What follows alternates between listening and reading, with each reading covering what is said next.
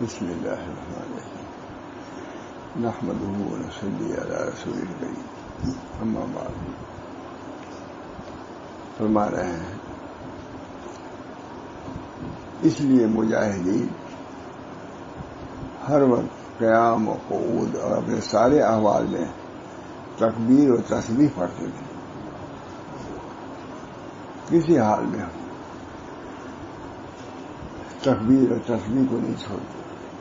یہ بڑی بات ہے. معمولی کی بات ہے ویسے ہم سب چھوڑ دیتے ہیں نا. اس سے بڑھ کر کے کون مشقت کا اور خطرے کا حال ہوگا. مگر عین اس وقت بھی اپنے سارے احوال میں تکبیر و تسبیح پڑھتے تھے. حضرت جابر رضی اللہ تعالیٰ عنہ حضرت جابر بن عبداللہ رضی اللہ تعالیٰ عنہ کہتے ہیں کہ جب ہم کسی اونچی زمین پر چڑھ رہے ہوتے تو اللہ اکبر کہتے. خود اپنے کو عمل کرنے چاہیے, بچوں کو بھی سکھانا چاہیے. سیڑھی پہ چڑھتے ہیں نہیں, پہاڑی پہ دل چڑھنا ضروری نہیں ہے. اللہ اکبر جب سکھاؤ اپنے بچوں کو, نہیں بھول جائیں گے. اخیر میں حضرت ماشاء اللہ سب بہت زیادہ اس پر زور دیتے تھے کہ سنت کے مطابق اپنا قدم رکھو. مسجد میں سنت کے مطابق قدم رکھو, قدم نکالو سنت کے مطابق بائیں پر. اور خاطر سے کھانے میں بھی وہ کہتے تھے دیکھو آدمی جاتا ہے اس سنجے کے تقاضے سے, کوئی پیر رکھ دیتا ہے بائیں پر رکھو, مسجد میں دائیں پر رکھو. اس سے کھانے اس پر بھی میں سمجھتا ہوں کہ 2-1 سال پہلے سے وفات تھے. اس پر بہت کرام سنت کے مطابق اٹھنا بیٹھنا سونا کھانا ایسے جانا, بس اللہ والے ہو جاؤ گے. اللہ والے اس لیے مجھے ہر وقت قیام و قعود اپنے سارے احوال میں تکبیر و تسبیح پڑھتے تھے. حضرت جابر بن عبداللہ کہتے ہیں کہ جب ہم کسی اونچی زمین پر چڑھ رہے ہوتے تو اللہ اکبر کہتے, اور نیچے کی طرف اتر رہے ہوتے تو سبحان اللہ کہتے تھے. معلوم ہوا کہ یہ بھی ضروری چیز ہے. اسی سے معلوم ہوتا ہے کہ ہم کیا ہیں.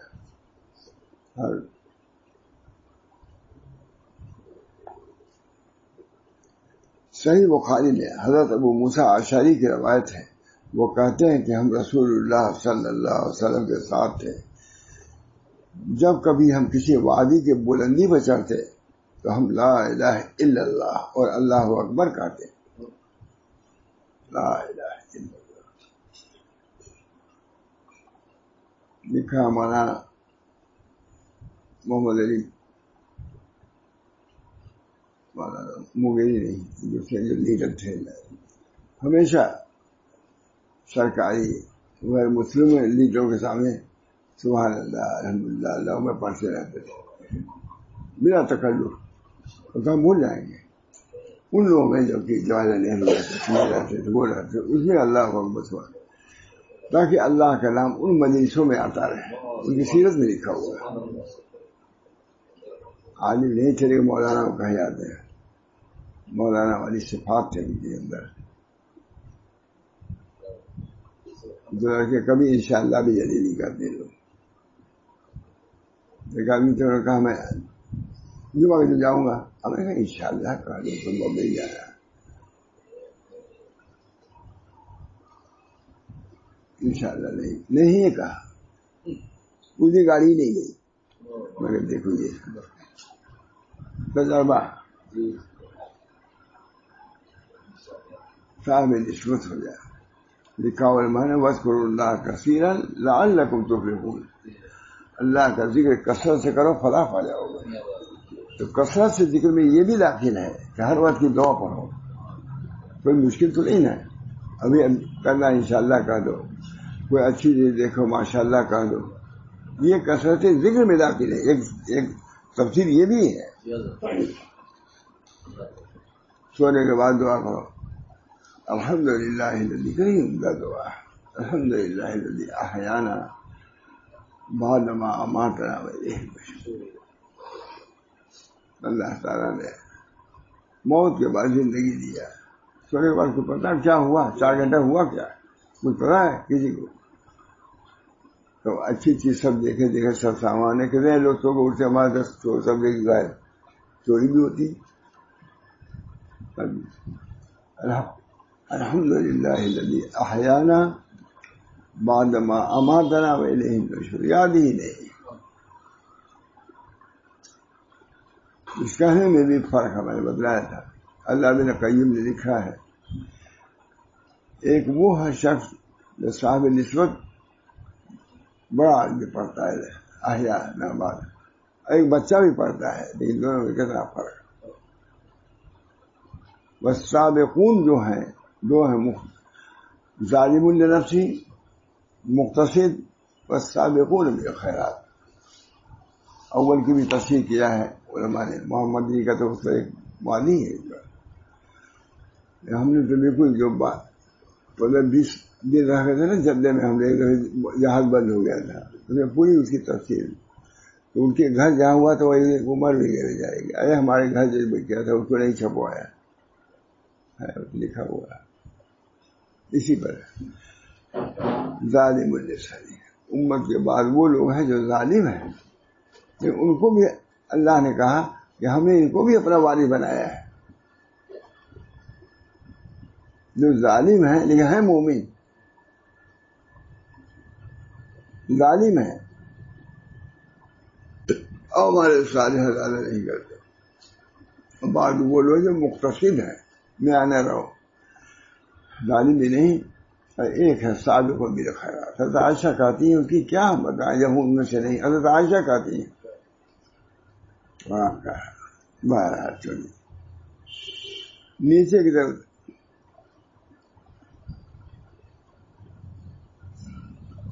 روایت ہے. وہ کہتے ہیں کہ ہم رسول اللہ صلی اللہ علیہ وسلم کے ساتھ تھے. جب کبھی ہم کسی وادی کے بلندی پہ چڑھتے تو ہم لا الہ الا اللہ اور اللہ اکبر، اب ایک چیز زیادہ ہوئی نا، رواج میں آ گیا.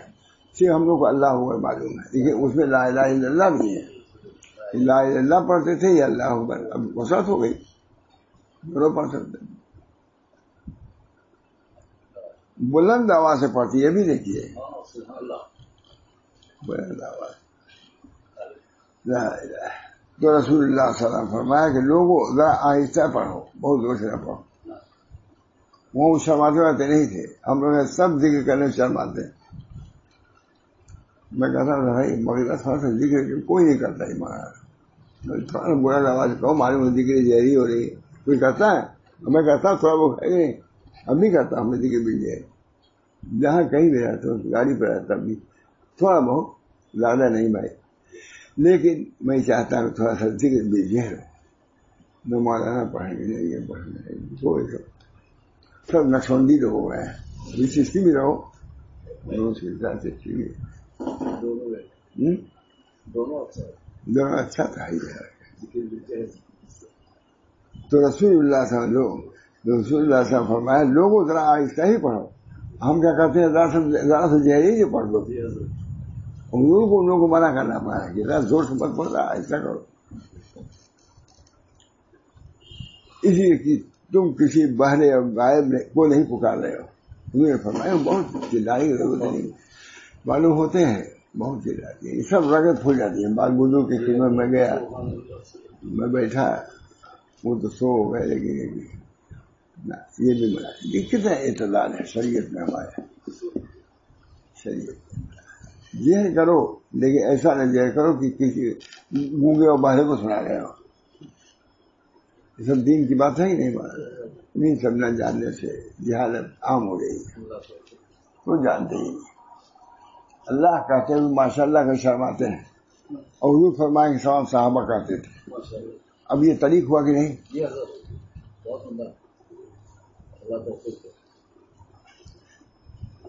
لوگوں ذرا آہستہ ہی پڑھو، اس لیے کہ تم کسی بہرے اور غائب کو نہیں پکار رہے ہو.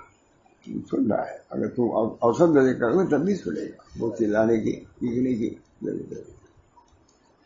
اللہ تعالیٰ تمہارے ساتھ ہے، وہ سنتا ہے اور قریب ہے، اس کا نام مبارک ہے، اس کی شان بہت اونچی ہے. اپنی بات کہہ دیا ہے نبی صلی اللہ علیہ وسلم، کیونکہ وہی حال وہی قید. اللہ تعالیٰ تمہارے ساتھ ہے. اللہ اللہ تمہارے ساتھ ہے، وہ سنتا ہے اور وہ قریب ہے. آپ نہ اقرب من حبل الورید، ہم تو رہے چاہے رقص بھی تم سے قریب ہے. یہ جتنا ہماری جان تھے ابھی دبا کرتے ہیں نا، کٹ گیا ختم. معلوم ہے سب سے قریب یہ تھا، یہی کٹا مر گیا آدمی، وجود ہی ختم.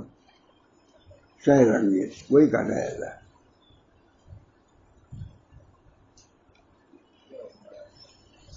اس کا نام مبارک ہے، اس کے ساتھ اس کی شان بہت اونچی ہے. یہ صحیح بخاری کی روایت نقل کر رہا ہے. یہ خاص بات ہے، مطلب جو محدث ہے شروع سے پڑھایا ہے، اس سے پہلے گجراتی میں پڑھایا انہوں نے ترکی شہر میں. وہ سنتا ہے قریب، اس کا نام مبارک ہے. ابھی سنو گے تب تو کچھ دائیا جذبہ پیدا ہوئے ہیں. سنتے جو سنے ہوئے ہیں تو گونگے رہو گے. جو نہیں بولتا وہ سنتا نہیں، جو سنتا نہیں وہی نہیں بولتا. جو سنتا ہے میرے زبان بنتا ہے. بادشاہ سے ایسا خاموش رہتے تھے. خادم نے کہا مجھے لا بولو، بہت سن چکے ہیں، بولو. وہاں سے اتنا بولے کہ چھپے نہیں ہوتے تھے. ہم لوگ کہتے تھے حضرت کم بولیے. کہا ہاں یہ سب چاہتے ہیں طریقے وہ سیدھا رہ جائے، ظاہر نہ ہو، اس لیے یہ سب منع کرتے ہیں ان کو. ان میں بھی فوراً کہتے تھے طریق کی وضاحت. بولنے سے تو نہیں بولنے کا تو کیا عمل بات کیجیے. سنن ابو داؤد میں حضرت عبداللہ ابن عمر کی روایت ہے، اس میں یہ مذکور ہے کہ نبی کریم صلی اللہ علیہ وسلم اور آپ کا لشکر جب ہاتھیوں پہ چڑھتا تو وہ لوگ تکبیر پڑھتے ہیں، اللہ اکبر. اور جب نیچے اترتے تو تسبیح پڑھتے ہیں. چنانچہ نماز کو بھی اسی اصول پر ڈھالا گیا ہے. سنن ابو داؤد. یہ حدیث اس بات کی طرح رہنمائی کرتی ہے، نماز کے طریقے کی رعایت کی گئی. نماز میں کیا ہے، کبھی یہ ہے کبھی اسی طریقے سے. جہاں کہیں بھی رہو اس ذکر کو جاری رکھو. چل رہے ہو، خاص مقصد کے لیے گئے ہو، تم کو یہ کر نہیں ہے.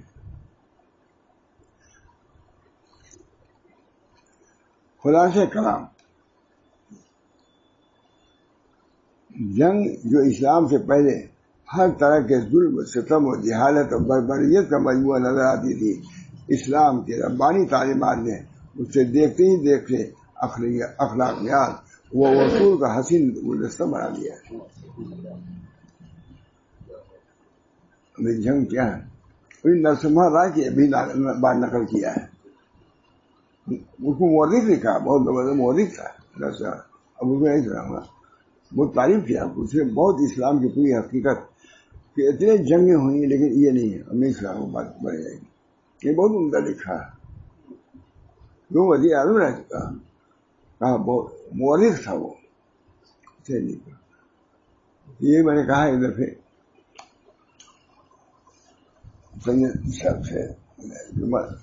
صاحب، ارے آپ لوگ جاتے ہیں، کچھ کہا کہ ان لوگ کہنے کو سب ہم سے زیادہ جانتے ہیں، غیر لوگ بھی ہم سے زیادہ ہماری تاریخ کو جانتے ہیں.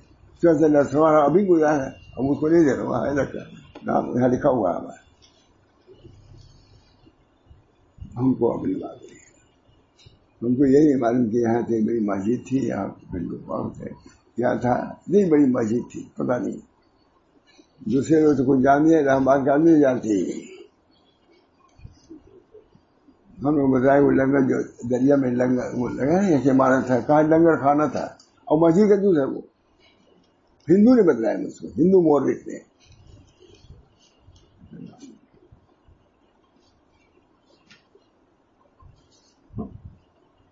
جنگ جو اسلام سے پہلے ہر طرح سے ظلم و ستم و جہالت و بربریت کا مجموعہ نظر آتی ہے، اسلام کی ربانی تعلیمات نے اسے دیکھتے ہی دیکھتا اخلاقیات اور اصول کا حسین گلدستہ بنا دیا ہے۔ دیکھو، کسی کو قتل نہ کرنا، بچوں کو قتل نہ کرنا، بوڑھوں کو قتل آگے جو بربریت کا گلدستہ تھا کاغذات، اس کو اخلاقیات کا گلدستہ بنا کے اسلام میں پیش کیا ہے۔ ضرورت پر سختی کی بھی ضرورت ہوتی ہے، لیکن سختی کو بھی حد میں رکھو۔ ہے نا کہا تیز چھری زبا کیا کرو، حد ہی تو ہے۔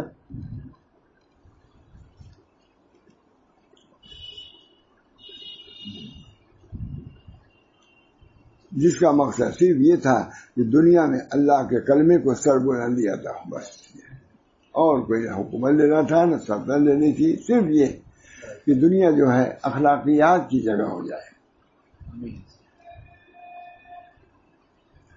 اخلاقیات اور اصول کا حسین گلدستہ بن جائے۔ اس لیے اسلام آیا، جس کا مقصد صرف یہ تھا کہ دنیا میں اللہ کے کلمے کو سر بلندی عطا ہو، امن و امان بحال ہو، اسی اسلام ہے۔ مفاسد کو رفع کیا جائے، مظلوم کی مدد کی جائے، اور اللہ کی تسبیح و تقدیس کی جائے، بس یہ حاصل ہے۔ کسی پر المسلم ومن سلم المسلم، جن کے ہاتھ اور زبان سے سب لوگ سالم رہے۔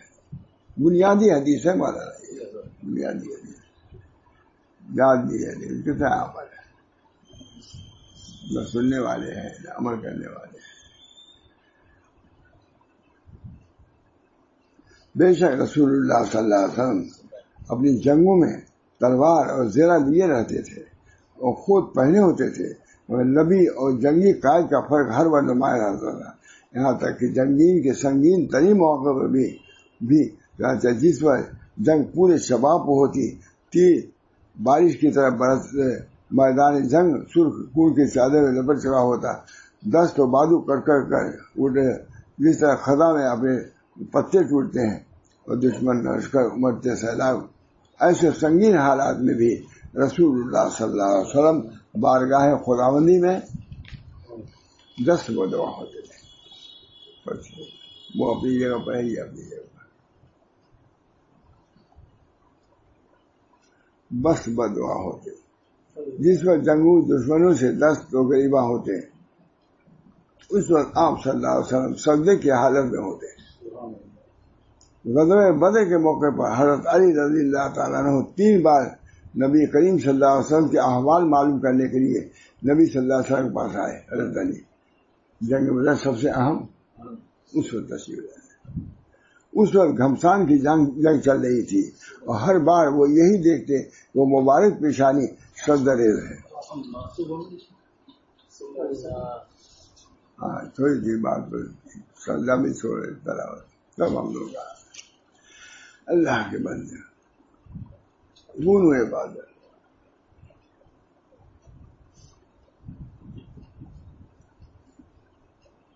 اور اس موقع پر جب دونوں طرف کا لشکر تیروں کی بارش برسا رہا تھا اور جنگ پورے شباب پر تھی کہ نبی صلی اللہ علیہ وسلم نے ایک مشت مٹی اٹھا کر دشمن کی طرف پھینکا، پھر کیا ہے دیکھتے ہی دیکھتے لشکر کا بادل چھٹ گیا اور جنگ کا آسمان صاف ہو گیا۔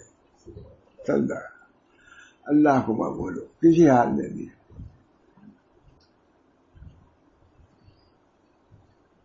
عادت ہو رہی ہے، اس میں بھی بعض ایسے مواقع ہیں کہ اگر اتنے موقع ہے نماز پڑھ لو، عادت نہیں، تقریب کے احکام ہیں، ہم نہ معلوم ہو نہ عمل کریں تو ٹھیک بات۔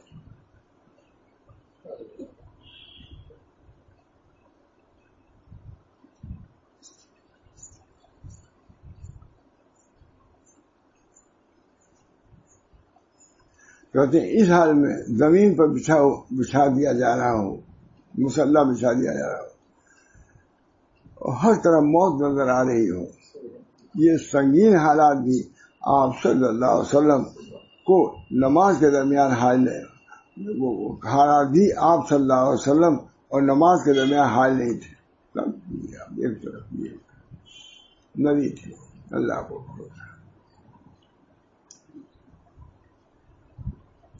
چنانچہ نماز کے لیے صف اسی حالت میں نماز کے لیے صف لگائی جاتی تھی، اسی حالت میں جنگ ہی کیا کوئی نماز تو قائد نبی نماز کی امامت فرماتا، اسی جنگ میں جماعت کھڑی ہوتی ہے اور تمام لشکر رضیہ اشعار گانے کے بجائے اللہ اکبر کے نعرے بلند کرتا ہے،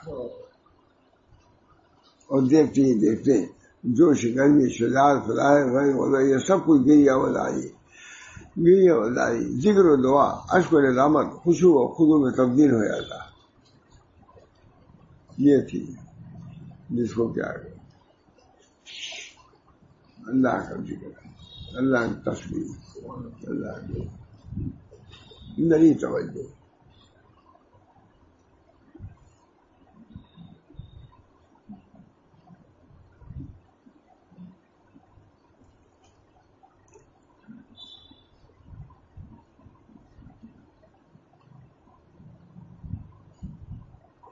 لوگوں کے سامنے وعد و ارشاد، ان کی ہدایت اور خیرخواہی کی فکر، ان کے نفوذ کا تہذیب و تزکیہ، یہ سب ایک مسلسل عمل تھا، وہ بھی چل رہا ہے، تھوڑی سی بات میں سب چھوڑ چھاڑ کے الگ۔ ان حالات میں بھی اپنے ذکر و شکل کا اہتمام، جس کا سلسلہ کسی بھی طرح کے حالات میں منقطع نہیں ہو سکتا تھا، چنانچہ فتح کی مسرت اور شادمانی کے موقع پر بھی رسول پاک صلی اللہ علیہ وسلم نماز کی یاد دہانی اور اللہ تعالیٰ کے لیے شکر کی بجاوری سے غفلت نہیں برت سکتے تھے۔ نماز پڑھو، اللہ کا شکر ادا کرو۔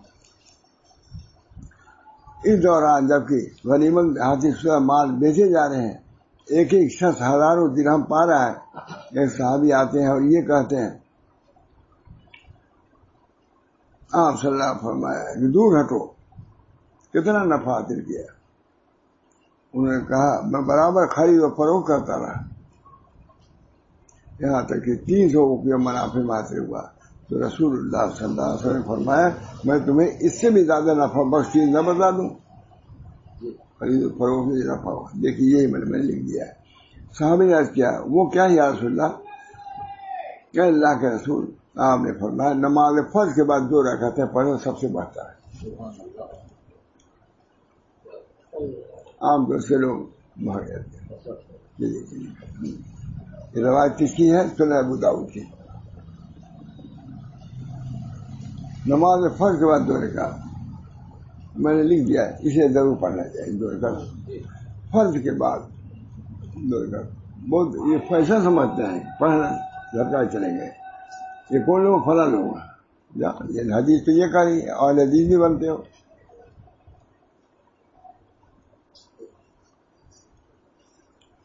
نماز فرض کے بعد 2 رکعت بہت اچھا ہے۔ اللہ تعالیٰ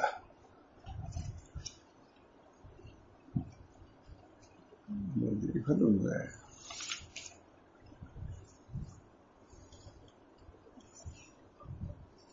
بہت اچھا۔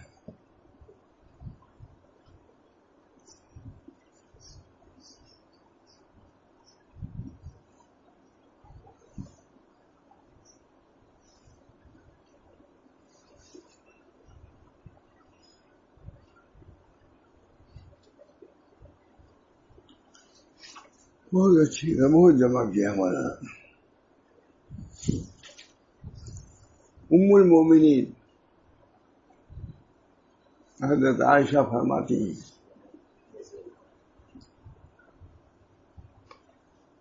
رسول اللہ صلی اللہ علیہ وسلم نے کبھی بھی آسودہ ہو کر پیٹ بھر نہ کھایا۔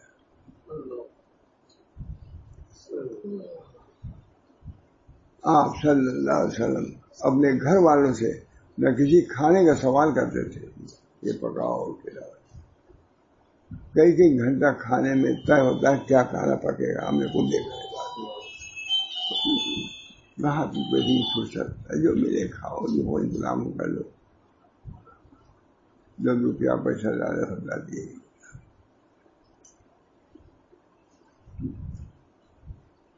آپ صلی اللہ علیہ وسلم اپنے گھر والوں سے نہ کسی کھانے کا سوال کرتے تھے اور نہ ہی کسی چیز کی خواہش فرماتے تھے۔ اگر گھر والے کھلا دیتے اگر گھر والے حضور کے بارے میں کہہ رہے ہیں اگر گھر والے کھلاتے تو کھا لیتے، جو کچھ کھلاتے قبول فرما لیتے اور جو کچھ پلاتے پی لیتے، نہیں سادہ زندگی۔ اگر آپ نہ رہتے تو دنیا ہی بنتی، اس کا یہ حال ہے۔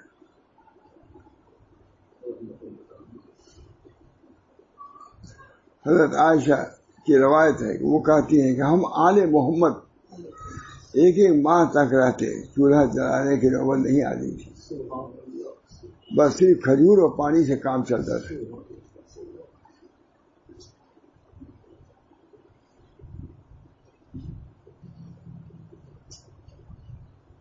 اسی لیے اسلامی جنگیں پہلے اپنے اعلیٰ اقدار کے بل پر انسانی عقلوں پر چھا جاتی تھی، اپنے اخلاق کی وجہ سے وہ چھا جاتی تھی۔ تلواروں والی بات کی چیز ہے، پہلے اپنے اخلاق کو پیش کرتے تھے۔ یہ وہ لوگ ہیں، اسے اسلامی لشکر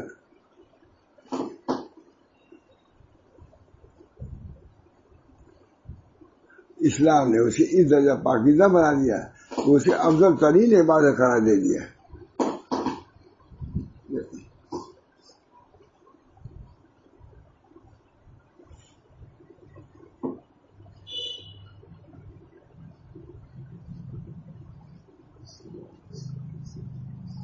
بہت مزہ،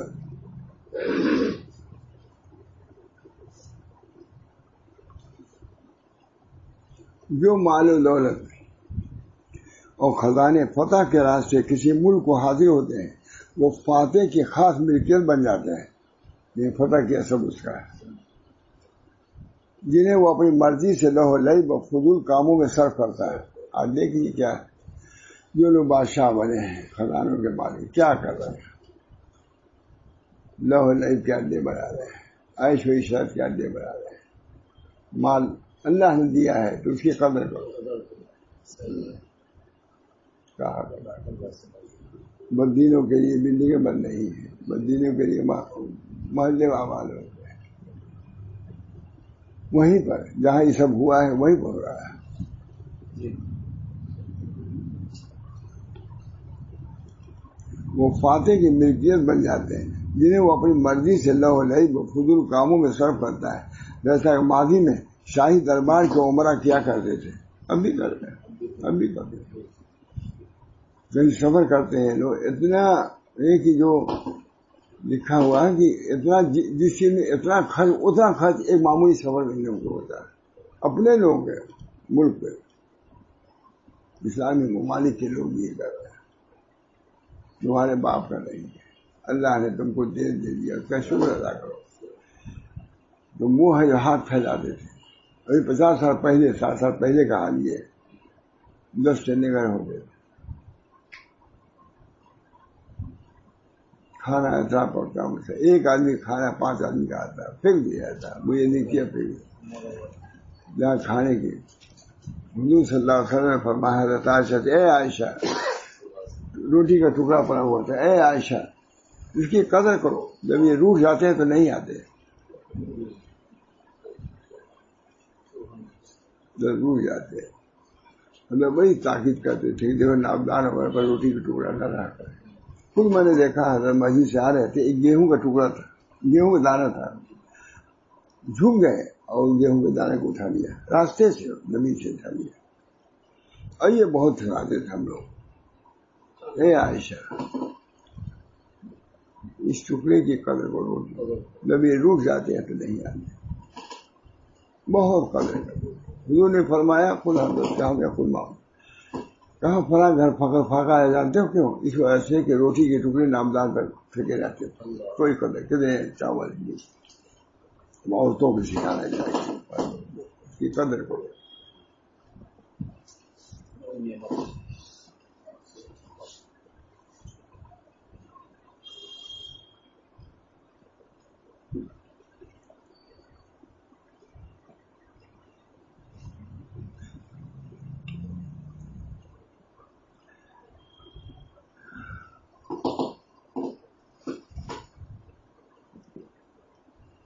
یہ لوگ ایسے ہیں کہ اگر ہم انہیں زمین میں حکومت دے دیں تو یہ لوگ نماز کی پابندی کریں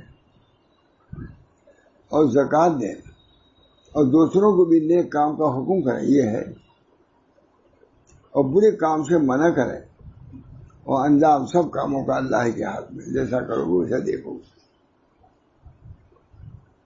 جو مال و دولت اور خزانے فتح کے راستے کسی ملک کو حاصل ہوتے ہیں وہ فاتح کی خاص ملکیت بن جاتے ہیں، جنہیں وہ اپنی مرضی سے لہو لہی فضول کاموں میں صرف کرتا ہے، جیسا کہ ماضی میں شاہی دربار کو عمرہ کیا کرتے تھے۔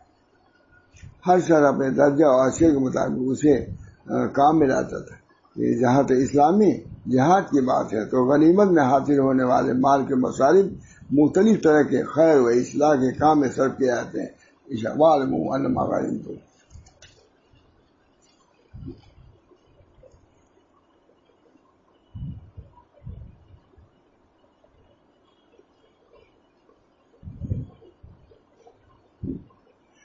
یہاں صرف معنی کے اعتبار سے عبادت نہیں ہے بلکہ ظاہری اور حقیقی مفہوم کے لحاظ سے بھی عبادت ہے، کیونکہ قرآن نے بتاکید مجاہدین کو یہ حکم دیا ہے وہ اس وقت بھی اللہ کا ذکر کریں جب وہ گھمسان کی جنگ لڑ رہے ہیں۔ اللہ تعالیٰ شاپ یا یہ قرآن، یہ ہے اسلام، سراپا ذکر ہے جس کو سراپا غفلت لہو لعب وہ بھی سراپا۔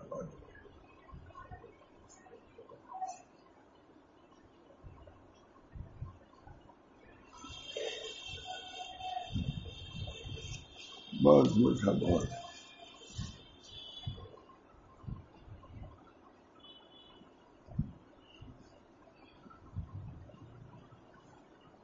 بہت ہے، سب لکھے ہی ہے۔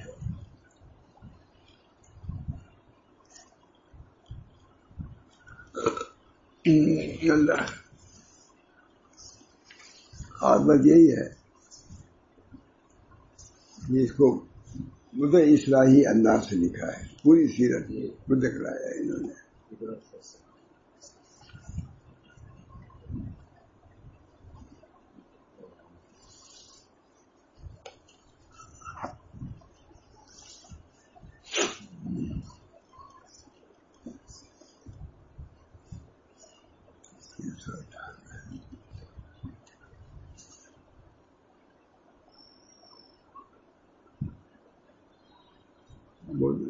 سنا ہے سب لوگوں نے، لیکن بڑے اچھے انداز سے لکھا ہے، بس ابھی ہو جاتا ہے۔ نبی اکرم صلی اللہ علیہ وسلم نے مہاجرین اور طرقاء نو مسلم کے درمیان تقسیم فرمایا، مہاجرین کو دیا اور انصار کو آپ نے کچھ نہیں دیا۔ مؤلفۃ قلوب کے تعلق سے یہ موقف ایک حکمت کے پیش نظر اختیار کیا گیا تھا، مؤلفۃ القلوب کو دیا اور مہاجرین کو دیا، انصار کو ناگوار ہو گیا۔ جیسا کہ بخاری شریف کی روایت میں عمر بن تغلب سے مروی ہے، وہ کہتے ہیں کہ رسول اللہ صلی اللہ علیہ وسلم نے کچھ لوگوں کو عطا کیا جبکہ کچھ لوگوں کو کچھ بھی نہیں دیا، ان لوگوں کو اس پر گرانی ہوئی، طبعی بات ہے۔ تو آپ صلی اللہ علیہ وسلم فرمایا میں کچھ لوگوں کو نوازتا ہوں اور ایمان کی کمزوری اور ان کی بے صبری کے اندیشے سے ان کو دیتا ہوں، دوں گا تو ایمان ان کا مضبوط ہو جائے گا، اور کچھ لوگوں کو اس خیر کے اور کچھ لوگوں کو اس خیر کے سپرد کرتا جو اللہ ان کے دلوں میں پیدا فرمایا۔ خیر انہی میں سے عمر بن تغلب بھی ہے۔ یہ سن کر عمر بن تغلب نے کہا مجھے یہ پسند نہیں کہ رسول اللہ صلی اللہ علیہ وسلم کی اس بات کے اول مجھے سرخ منہ ملے۔ اسی طرح بخاری شریف کی ایک دوسری روایت ہے، حضرت ابو سعید کی روایت ہے کہ وہ کہتے ہیں کہ جب رسول اللہ صلی اللہ علیہ وسلم نے قریش اور قبائل عرب کو خوب عطا فرمایا اور انصار کو اس میں سے کچھ بھی نہیں دیا تو انصار کا قبیلہ دل میں ناراض ہوا، اور اتنی ہی بات ہے، ایسی بات وہ سب سے آ جانا ہے، ایمان کے خراب نہیں نہ طریقے خراب۔ اس کی طرف سے چیز میں وہیاں بڑھنے لگی انصار کی طرف سے، یہاں تک کہ کچھ لوگوں نے کہنا شروع کیا کہ بخدا رسول اللہ صلی اللہ علیہ وسلم اپنے لوگوں سے جا ملے، ان مکے والوں سے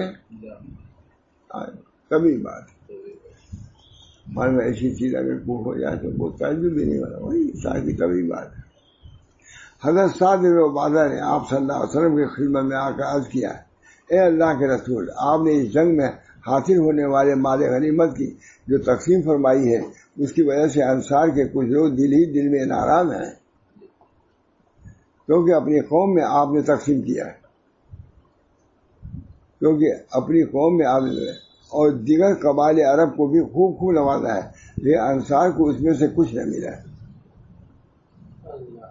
آپ صلی اللہ علیہ وسلم فرمایا کہ اس مسئلے کی طرف سے تمہارا کیا موقف ہے؟ انہوں نے کہا، اے اللہ کے رسول، میں اسی قوم سے ہوں، میں بھی تو انصاری ہوں،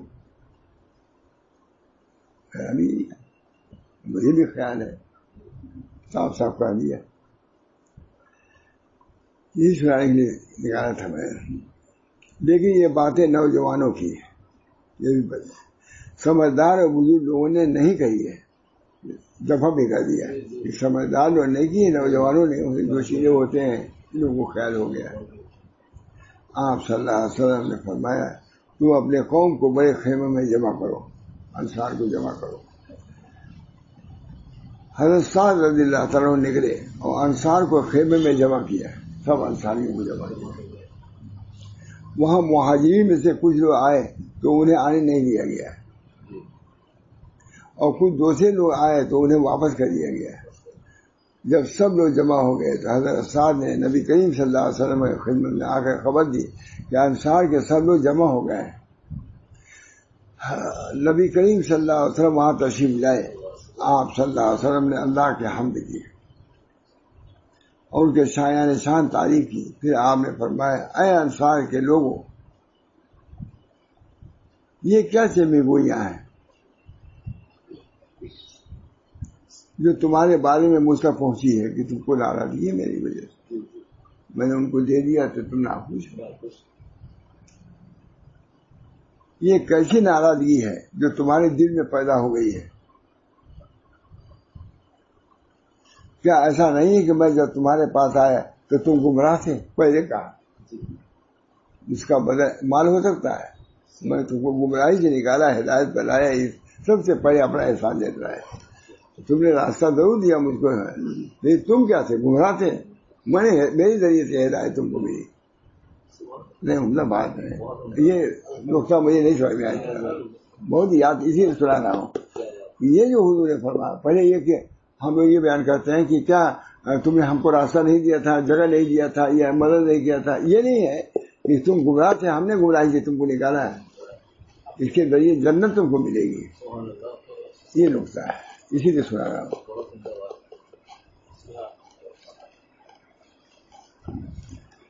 تمہارے پاس آیا، کیا ایسا نہیں ہے کہ میں جب تمہارے پاس آیا تو تم گمراہ تھے؟ یہ نہیں کہ تم نے راستہ دیا، کھانا دیا، پینا دیا، نہیں، سب سے بڑی کمی تھی یہ تھی کہ تم گمراہ تھے۔ ہم کو کمی تھی، ہمارے پاس کھانا نہیں تھا، بڑے نہیں ہوا، ہمارے ذریعے تم کو کیا ملا؟ گمراہ تھے، پھر اللہ نے تمہیں راستہ دکھایا، تم تہی دست تھے، اللہ نے تمہیں خوشحالی عطا فرمائی، تجارت بڑی تمہاری ہمارے آنے کے بعد بڑی ہے۔ تم باہم دشمن تھے، انصاریوں میں سے کئی جماعتیں تھیں، دشمن تھے، اللہ نے تمہارے دلوں کو جوڑ دیا، الف بین قلوبہم، تمہارے قلوب میں الفت پیدا کر دیا اور بھائی بھائی بنا دیا۔ تم خود آپس میں لڑتے تھے، ہر وقت تیر و تلوار آتی، یہ کم احسان ہے۔ اب دیکھیے ڈھنگ ہے، اب یہ بھی خطابت کا ایک ڈھنگ ہے، پہلے انہیں کو متاثر کر دو، پہلے معذرت نہیں کیا، یہ نہیں کیا، وہ نہیں کیا، نہیں تم کو نہیں دیا، یہ نہیں، خوشامدی انداز بھی اختیار نہیں کیا انہوں نے، ہے نا، اور بھائی بھائی بنا دیا۔ ان لوگوں نے کہا ہاں بالکل ایسا ہی ہے، اللہ اور رسول کا فضل و احسان ہے، بس کہا تو شکایت سے، کہا آپ ہی کا احسان ہمارے اوپر، خاطر سے سنا ہے میں نے۔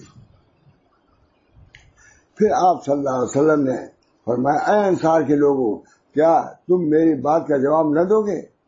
انہوں نے کہا، اے اللہ کے رسول، ہم آپ کی کس بات کا جواب دیں؟ اللہ اور رسول کا ہم پر فضل و احسان ہے، آپ کا ہم پر احسان ہے، آپ دونوں جواب دیں گے. آپ نے فرمایا سنو بخدا تم اگر چاہو تو کہہ سکتے ہو اور تم سچ کہو گے. اب دیکھیے حقیقت یہ بولنے کو بھی ڈھوننا چاہیے. وہ تھی تو جواب میں کلیم ہم سے اٹریکشن کا بول کر کے اور بڑھا دیتی ہے، اس جگہ ہی بڑھ جاتی ہے. یہ حضور صلی اللہ علیہ وسلم یہ بھی سکھایا ہے کہ ایسے موقع پر وہ اپنے مخالفین کے ساتھ کیسے پیش آنا چاہیے.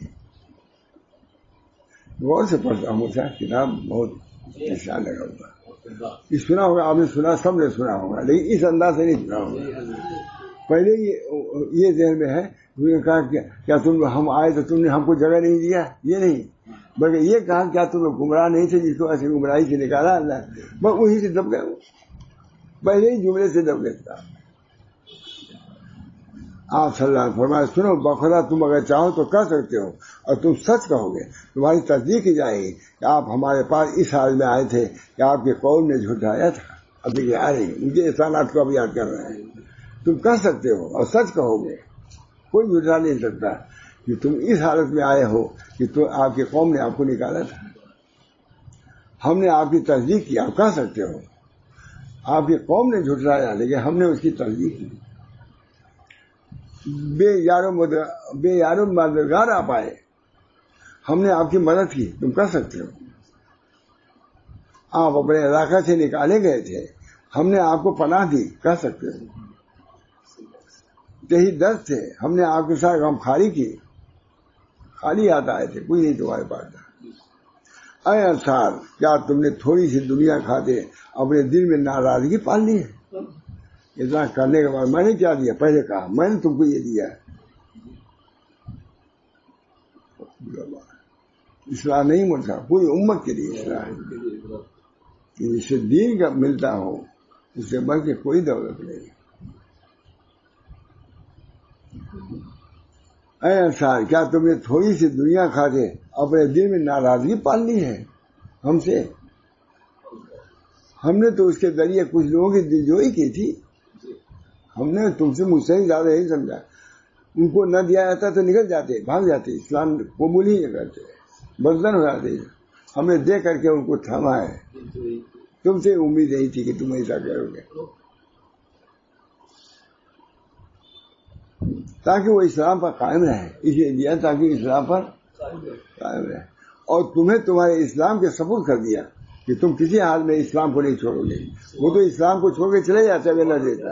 ان کو دیا تاکہ اسلام پر قائم رہے. تم سے ہمارا اطمینان تھا کہ کسی حال میں تم اسلام کو نہیں چھوڑو گے. چلیے ان کا بات اسی سے جواب میں کلیم حضور صلی اللہ علیہ وسلم دیے گئے. اے انصار کے لوگوں کیا تم اس بات سے راضی نہیں ہو کہ لوگ اونٹ اور بکریاں لے کر جائیں؟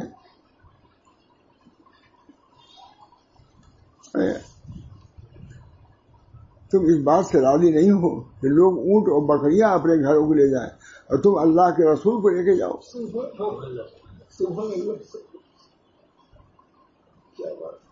تم اللہ کے رسول کو لے کر اپنے گھر واپس ہو.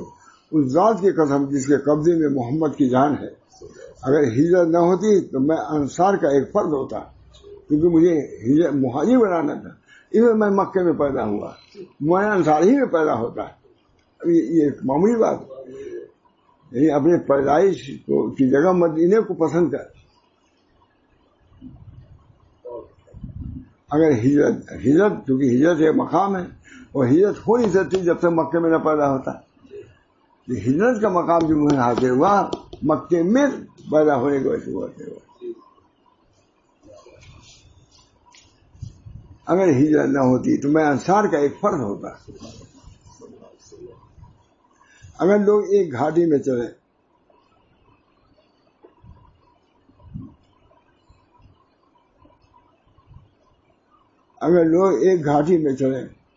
اور انصار دوسری گھاٹی میں چلیں تو میں انصار کی گھاٹی کو اختیار کروں گا.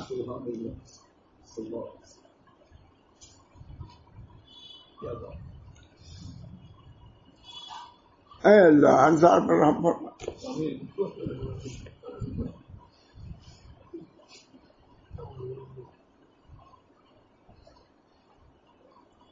انصار کی اولاد پر رحم فرما. ان کی اولاد کی اولاد پر رحم فرما. کیسی دعا. ان کو تو صرف مال ملا ہے, یہ سب تو نہیں ملا. یہ سن کر لوگ رونے لگے, ظاہر بات سب رونے لگے. اس انداز سے حضور نے فرمایا, ان کے دلوں کو فائر کر دیا. یہ بھی ڈھنگ ہونا چاہیے کہ نہیں کہ دائی یا مبلی جو چاہے جس کو چاہے کہے, سمجھ اسے کہو اس کے ساتھ کیا کہنا چاہیے.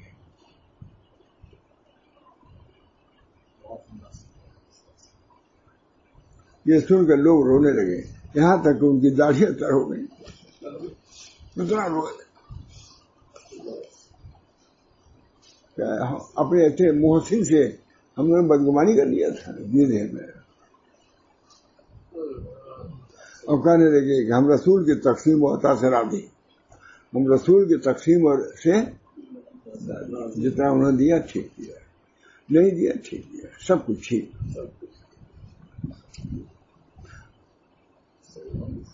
پھر رسول اللہ صلی اللہ علیہ وسلم واپس ہوئے اور لوگ منتشر ہو گئے.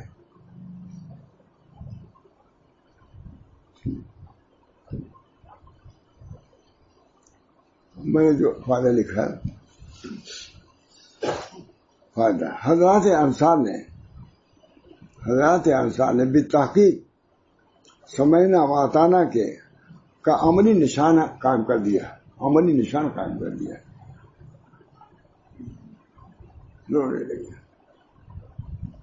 حضرات انصار نے بالتحقیق سمعنا واطعنا کے عملی مثال کو قائم فرمایا جو آئندہ نسلوں کے لیے اسوہ حسنہ ہے. دین کو مکمل کرو. میں ٹھیک لکھا, جو آئندہ نسلوں کے لیے اسوہ حسنہ ہے کہ اصل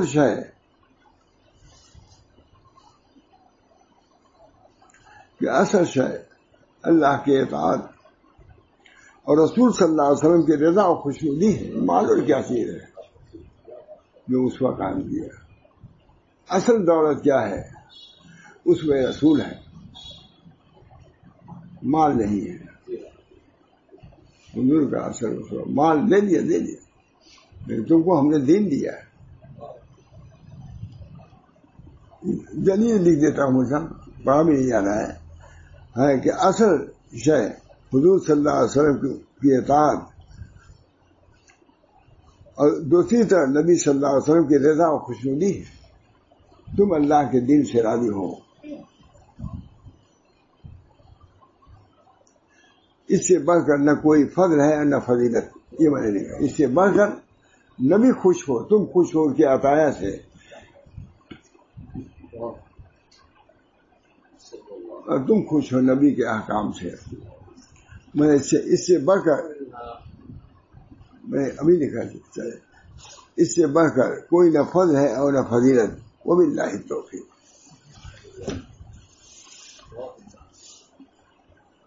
کتنی مطلب سنا ہوا کہ نہیں واقعہ, کتنی مطلب ہم نے بھی سنا ہے. انہوں نے جو لکھا سننے سنانے کا یہی فائدہ ہے.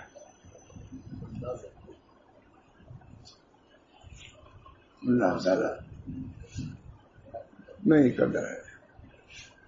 سب کچھ اسی حضور کی سیرت میں سب کچھ ہے. حضور کی سیرت کو غور سے پڑھو, کیا سیرت ہے, کس موقع پر کیا حضور نے کیا.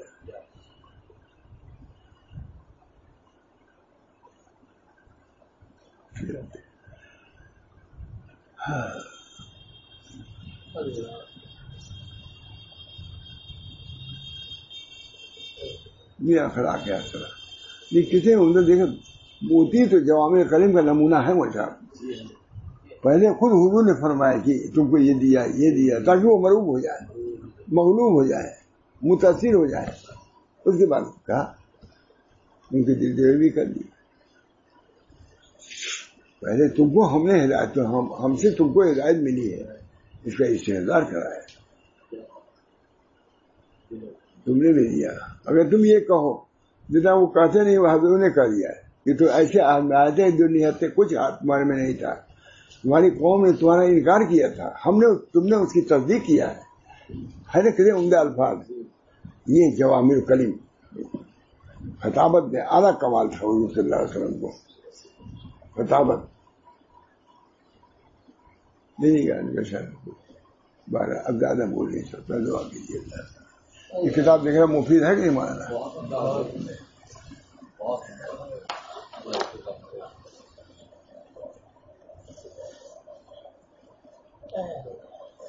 اللہم صلی اللہ اللہم صلی اللہ اللہم صلی اللہ.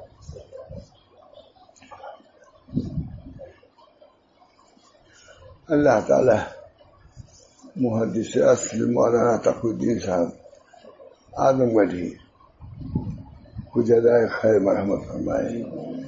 اس سیرت کی اتنی بہترین کتاب انہوں نے لکھی. اللہ تعالی ہم سب لوگوں کو سے مستفید ہونے کی توفیق مرحمت فرمائے.